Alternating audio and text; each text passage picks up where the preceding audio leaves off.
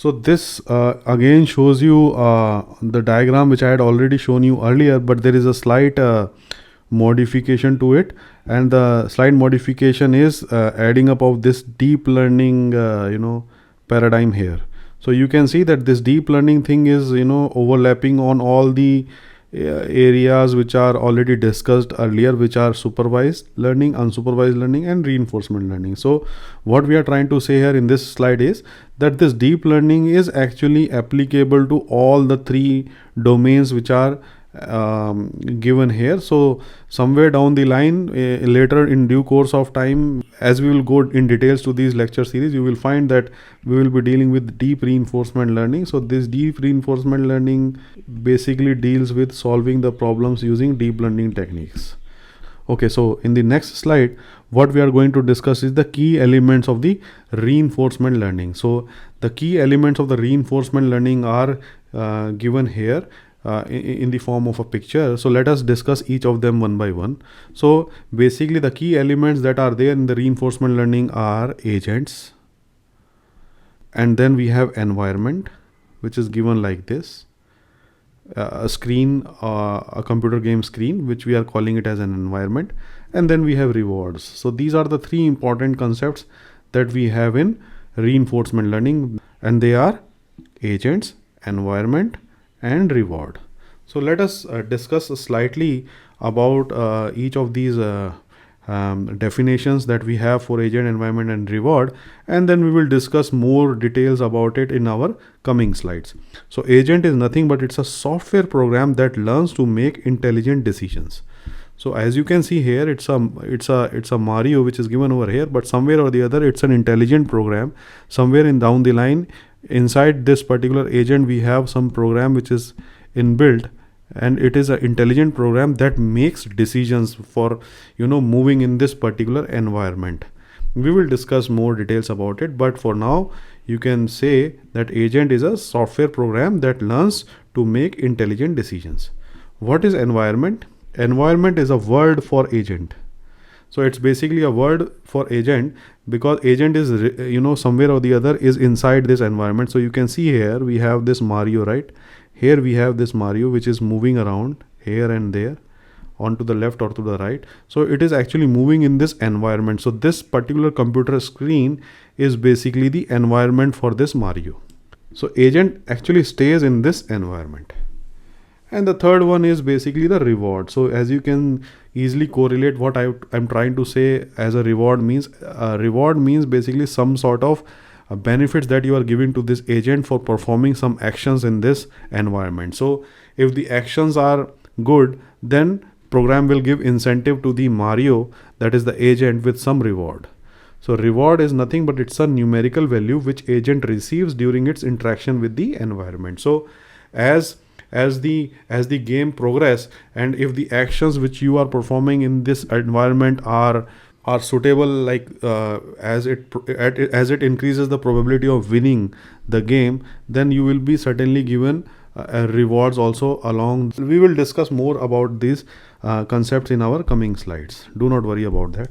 So let us discuss the difference between agent and environment, which I was telling you, because both of them are basically the key concepts in reinforcement learning, and sometimes it becomes confusing to understand that what is exactly the difference between agent and environment.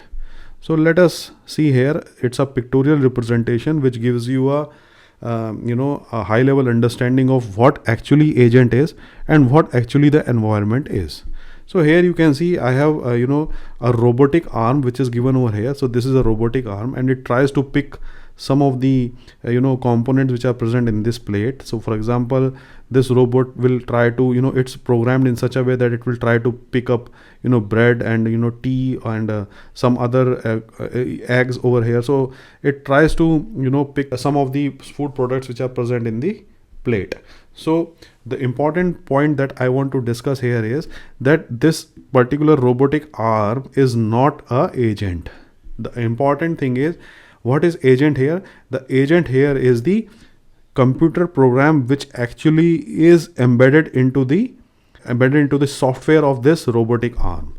That is the agent, and that agent is the one which actually is doing a decision making task, which tells the robotic arm to pick this one and not this one, or pick all of them on this plate, or pick selective elements on this plate. So the important point that is to be noted here is that the agent is basically the code. Agent is basically the code which is intelligent enough to make some decisions, and that is why this particular inbuilt program which is there is called as the agent. And whatever is there excluding this particular agent is called as environment. So that environment includes these wires, these this robotic arm, the plate, and the components which are present on plate, like tea, bread, eggs. So all of them, all these things are actually forming the environment. So what I'm writing over here is that environment is everything outside the agent, which includes what? Which includes motor noise, that is the noise that is created because of these motors. Camera noise, that is the noise that is actually acquired by the camera, which takes pictures of these actual plate, and then it tries to make some decisions. So that might have some noise also. So that camera noise or motor noise, or basically the network latencies in terms of, if you are making a decision, maybe the wires which are carrying out these instructions may get delayed because of the wire length. So that latency that includes and the delay that is created, all of these effects that you have constitutes the environment. So now I hope you understand the difference between what is agent and what is environment. So the next topic that we want to discuss is the states and observations. So please note, these two terms are interchangeably used in the reinforcement learning literature, but there is a subtle difference in between the two. We will discuss what they are, but normally people actually do not make any distinctions between the two. So let us discuss what they are and how they are actually different. So environment, which we have already discussed in our previous slide here, the environment is basically represented by set of variables. So in robotic case that we have just discussed, the location and the velocity of the arm, the location as well as the velocity of the arm will be the variables which make up the environment. So they can also be one of the parameters which can define the environmental variables. So here, if you see, what I was telling earlier was motor noise, camera noise, network latency. So these variables also form the environmental variables, but we can have location as well as velocities of the arm also as the variables which can make up the environment. The set of variables, so set of all these variables, that is location of the arm, velocity of the arm, sensor noise, camera noise, network latency. So all these variables which you are actually having here can be concatenated into a single vector. So all these set of variables and the value it takes, actually the values that these variables will take are basically referred to as the state space. So they are basically called as the state space. The set of variables and the value it takes are referred to as the state space. And state is nothing but it's an instantiation of the state space, that is a set of values that these variable take. So the values that these variable will take will somewhere or the other are the states, and they are actually a instantiation of the state space. So what we have in state space, capital S, is like all these things that we had discussed, that is location, velocity, and then sensor noise, camera noise, and then we have network latency. So if I give some specific value to these, then it comes out to be a state. So it's a specific instantiation of the state space. So normally what happens is agent don't have access to the full state of the environment.